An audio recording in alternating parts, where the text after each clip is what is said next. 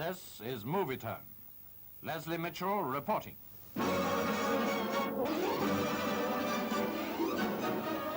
When some 73,000 rugby league fans come south to Wembley, we can be sure they've got good reason. So it was when they packed in to see whether Workington or Featherstone Rovers were destined to win the Challenge Cup competition this year.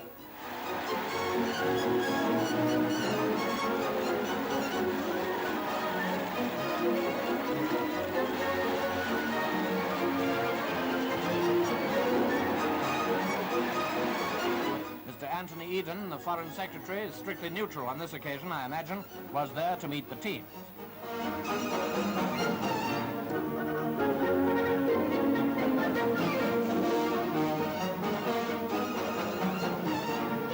Then Eric Batten and Gus Risman, the veteran captains, met for the toss-up.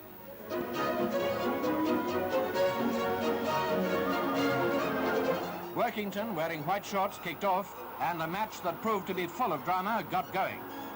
The first sensation came within seconds. Featherstone were penalised.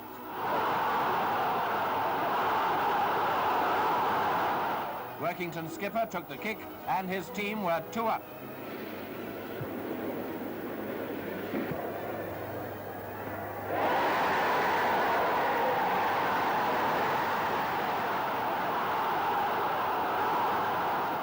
This looked like an unfortunate beginning for the Giant Killers, but it takes more than that to upset a rugby league team. It was soon obvious that the match was going to prove a real tussle with no quarter asked or given on either side.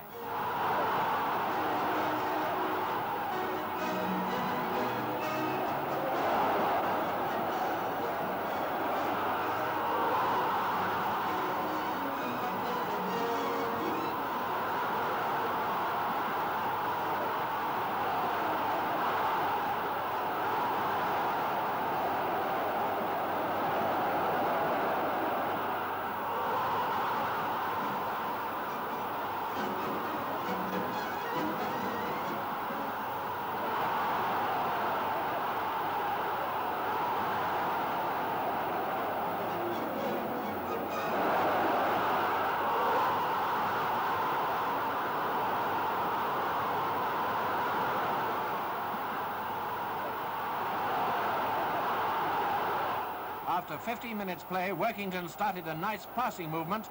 The ball went to John Lawrenson, who flashed off on a solo run. He was held near the line, but from a play the ball, he kicked ahead and scored.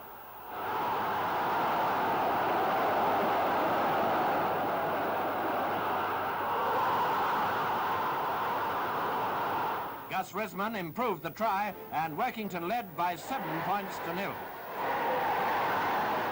The men from the town were clearly on top of their form, and although the Rovers' tackling was first class, Workington thoroughly deserved their early lead. It pointed the way to victory, and victory was what they meant to achieve.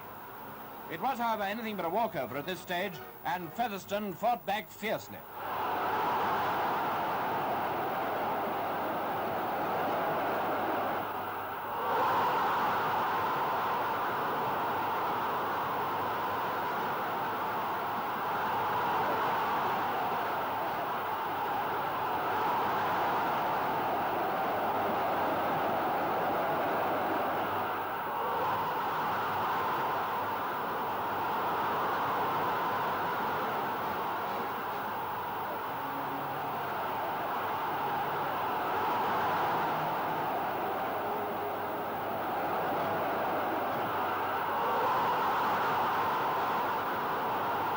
Presently, Featherstone were awarded their first penalty, and their renowned Fred Miller took the kick, but just failed.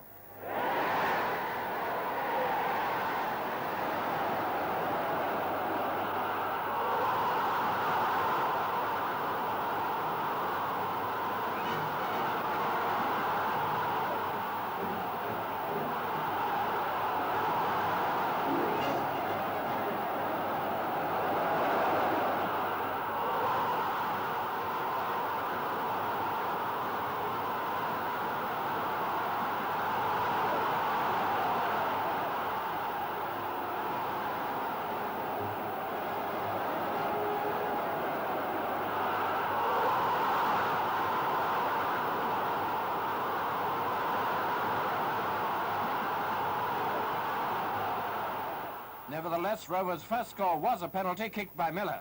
2-7. Workington were going strong all the time, but presently Featherstone scored again from yet another penalty kicked by Fred Miller. 4-7.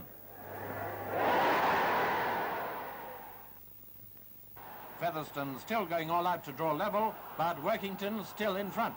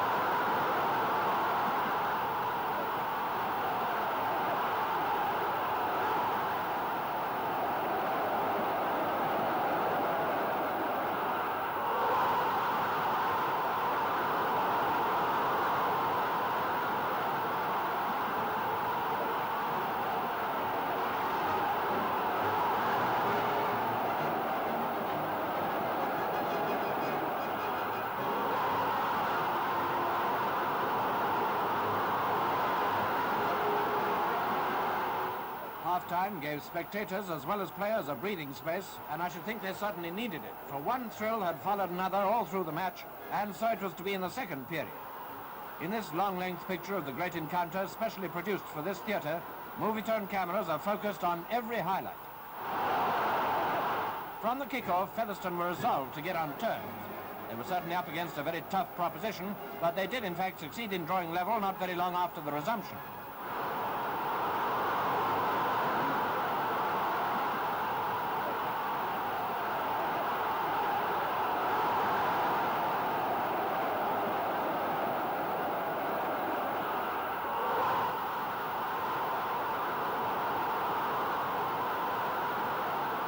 Their success was due to some very hard work by their captain, Eric Batten. Wriggling out of tackles, he struggled on with unbeatable determination and finally forced his way over for a fine try. This wasn't converted, but now with the score equal at 7 points, the scene was set for an even more violent clash if that were possible. From now on, it was nearly all Workington. William Iverson was in great form, and it was due to one of his fine pieces of work that John Mudge went away like greased lightning to score a try rather far out. So Workington had a 3-point lead again, for Mudge's try was not improved. 3 points, however, are not enough, and the men from the town had every intention of going further ahead.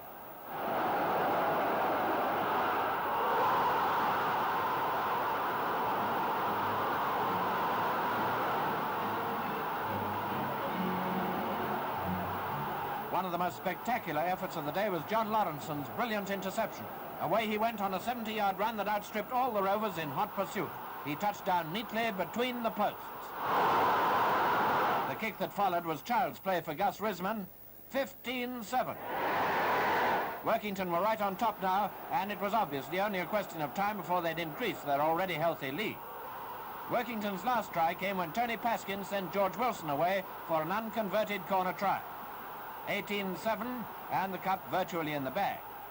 Featherstone refused to give up the struggle. That's not the way in a rugby league match. But though there were giants on the field today, they were not destined to kill them.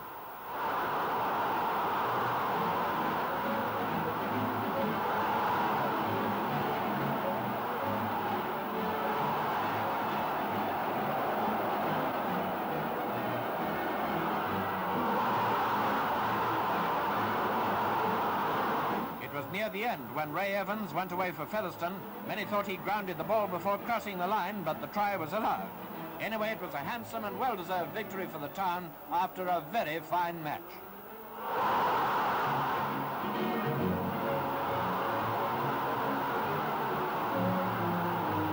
As Mr. Eden handed over the trophy, Gus Risman must have been a very happy man, for he'd redeemed his promise to bring the cup home.